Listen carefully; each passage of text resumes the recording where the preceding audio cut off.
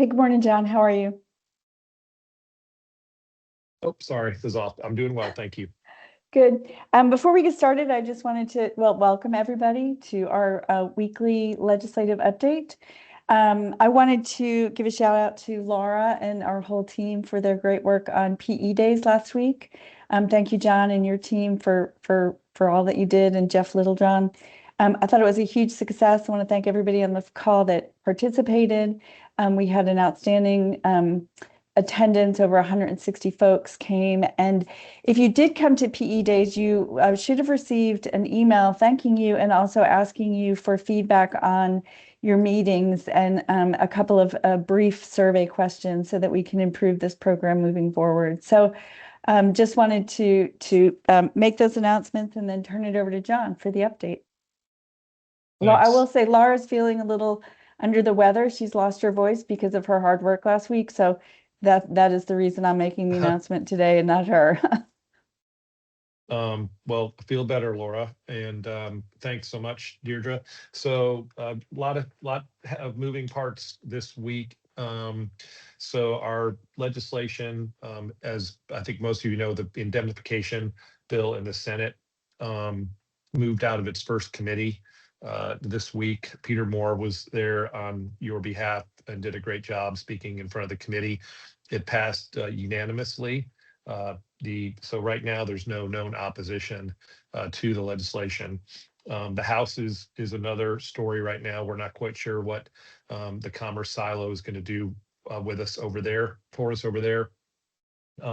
I'm trading calls with Bill Connerly, our sponsor, to see if he could kind of weigh in with the sub chairman and the full chair. So I've done the same with.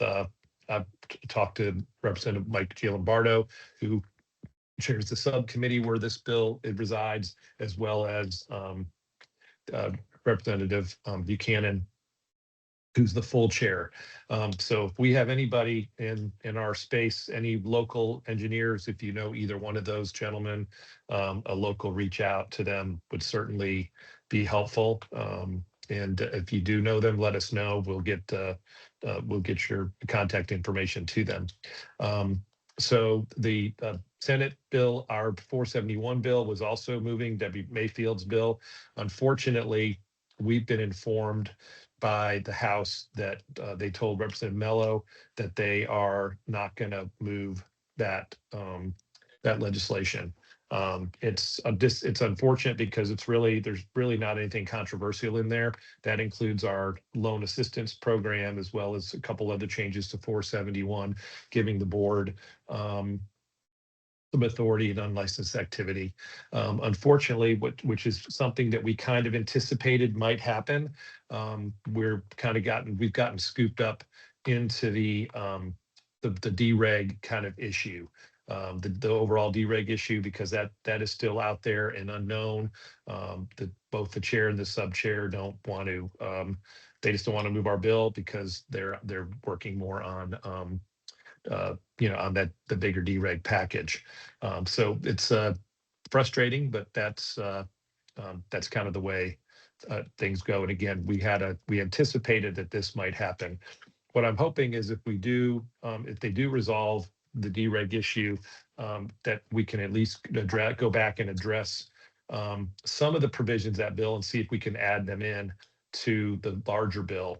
And so while we're talking about the larger bill, I will say this: I had a meeting with the bill sponsor yesterday, and he sat down with the Senate, his Senate counterpart, who has the Department of DVPR's deregulation package, which is vastly different than the House. But in any event, they've come to an agreement that they're going to recommend to the speaker and his chief of staff, and it's going to be up to them if they if they take this or not. But in any event, what they're going to do is we're going to be held harmless in this proposal. You'll recall that we did get some extra special treatment than the other boards, and they deregulated, or they got rid of the board in 7 years. Well, they're gonna remove all that. They're going to keep FEMIC intact. They're going to keep the professional board intact. And that's their proposal. Now, the speaker, to be clear, the speaker has not signed off on that yet. But if he does, it looks like there's kind of agreement with the department, with the Senate sponsor, and with the House sponsor. So fingers crossed, that would be good news, and that would kind of remove that threat that we've been working on this session. So the only thing we have, and the sponsor of that bill, if that takes place, he's agreed to go up the food chain to see whether we could resurrect some of the 471 changes. Primarily, he likes that loan assistance program. Everybody that hears it likes it, but for some reason, the two chairmen that need to like it don't. So anyhow, so that's that on the dereg. That's that on 471, and the only thing what we're working on now is we need to get life in the indemnification bill on the Senate side. So any comments or questions?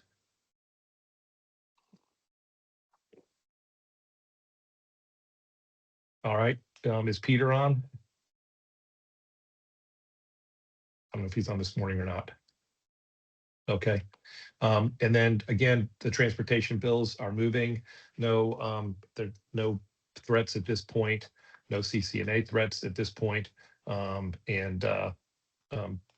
That's really kind of a down and dirty quick update on the main things that we're working on right now.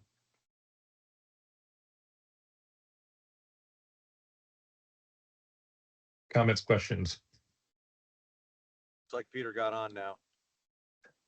Okay. John, what about the contractor? Really appreciate that update.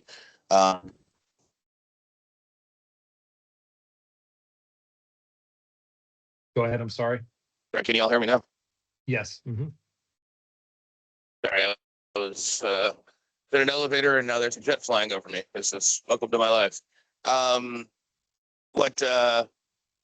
did know that last week I know we had discussed the contractor additional protections bill, or not last. Yeah, we did that PE days. I didn't know if there's any more discussion on them trying to get indemnification or agent of state status. Yeah. Yes. Not still no movement on that bill thus far. So I think that one's on life support right now. So, but we're definitely tracking that.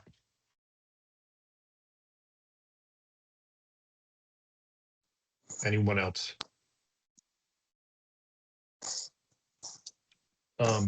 And Peter, did you hear the full update? I think I told you yesterday that the House isn't going to move the Lauren Mello bill. So we're working. Yes, sir. We're working on the Connerly bill to see if we can get some life into that. So anyhow. All right. Well, everybody's no questions, no hands. Well, that's all I have for this morning. Anything else, Peter, on your end? No, sir. No, Okay. I like short but sweet. Okay. You know, obviously, we're and maybe just a real quick discussion. When's the budget do you think is going to drop? Yeah, great question. So right now it appears, it sounds like they haven't made any announcements, but it sounds like the House may drop theirs as early as next week. And the Senate is talking about the week after that. And so that'll be week 5. That'll be they'll pass it off probably week 6. They'll pass it off both floors, House and Senate floors, and then probably week 8, 9 will be budget conference. So that'll be interesting to see. One thing of note, you may or may not read, but that's kind of put a little bit of a wrinkle in things, is that Senate President Ben Albritton had a heart episode. It wasn't a heart attack. It was a blood clot on his lung that was causing some AFib. And I'm not telling you anything secret. This was something they've been totally transparent about. And so he was out for a good bit of the week. Back in he went to Shands. He's back in Tallahassee, and it looks like he'll be back at the Capitol next week. But that did put that did pump the brakes a little bit on budget discussions, as you can imagine. So, but that's a good question. John, I got a question. Yes, sir. Any movement on the property tax issues? No, not really. The Senate the House, has their proposals in play. The Senate has not yet taken a position on any of their proposals. Now, I will say this: there is the discussion. I've heard more discussion in the Senate this week, just from individual senators who they anticipate something passing this session. They expect the Senate to sign off on something. They just aren't sure what it is yet, because they do say there's certainly a lot of pressure on them and a lot of interest from their constituents in seeing something on property taxes. The governor continues to talk about it, but to the frustration of both the House and the Senate, he's literally not put any plan out there. So, and they're pretty frustrated about that. But I think that the tax, that's all going to be, I believe, the property tax discussions are going to be all part and parcel around budget negotiations. That's going to be all combined, is what I anticipate. John, it's JW. I got a question. Going into session, we kept hearing that things were going to be tight, that they were going to have to make budget cuts, et cetera, potential raids on trust funds, et cetera. But then the revenue estimating conference came out last week and said, hey, we actually are going to have more money than we thought. So have you heard any change of heart on that and lower risk? That's a great question. We met with the staff director for Senate Appropriations this week.